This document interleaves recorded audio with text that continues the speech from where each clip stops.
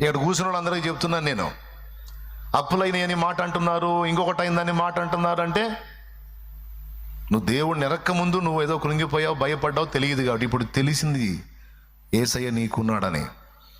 ఇక చావాలి అన్న ఆలోచన పక్కన పెట్టాయి, పనికిమాల ఆలోచన, అది సైతాన్ ఆలోచన.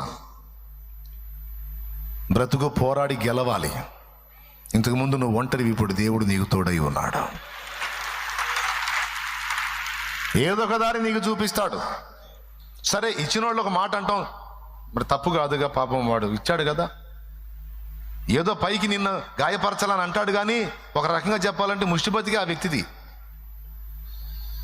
తీసుకున్నప్పుడు ఎవరు చేయి కింద ఉంది, ఎవరు చేయి పైన ఉందండి? అప్పు తీసుకున్నప్పుడు ఇచ్చినోడు చెయ్యి, తీసుకున్నోడిది కదా. ఇప్పుడు అప్పు తిరిగి ఇచ్చేటప్పుడు ఎవరు చేయి కింద ఉంటుంది, ఎవరు చేయి పైన ఉంటుంది?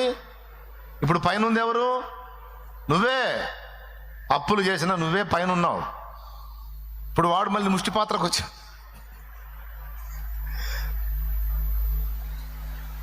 ఏదో నిన్ను గాయపరిచినా ఇస్తావని మాట్లాడుతున్నాడు, కానీ నువ్వంటే కక్ష కాదు. ఏదో కఠినంగా మాట్లాడితే ఏదో 4 రూపాయలు వస్తాయన్న ఆలోచనతో మనసు రాయి చేసుకొని, ఒకప్పుడు నిన్ను ప్రేమించే కదా నీకు అప్పిచ్చాడు. అదే వ్యక్తి ఈరోజు నిన్ను తిడుతున్నాడంటే ఏ కారణం చేత? వాని బాధ వాడిది.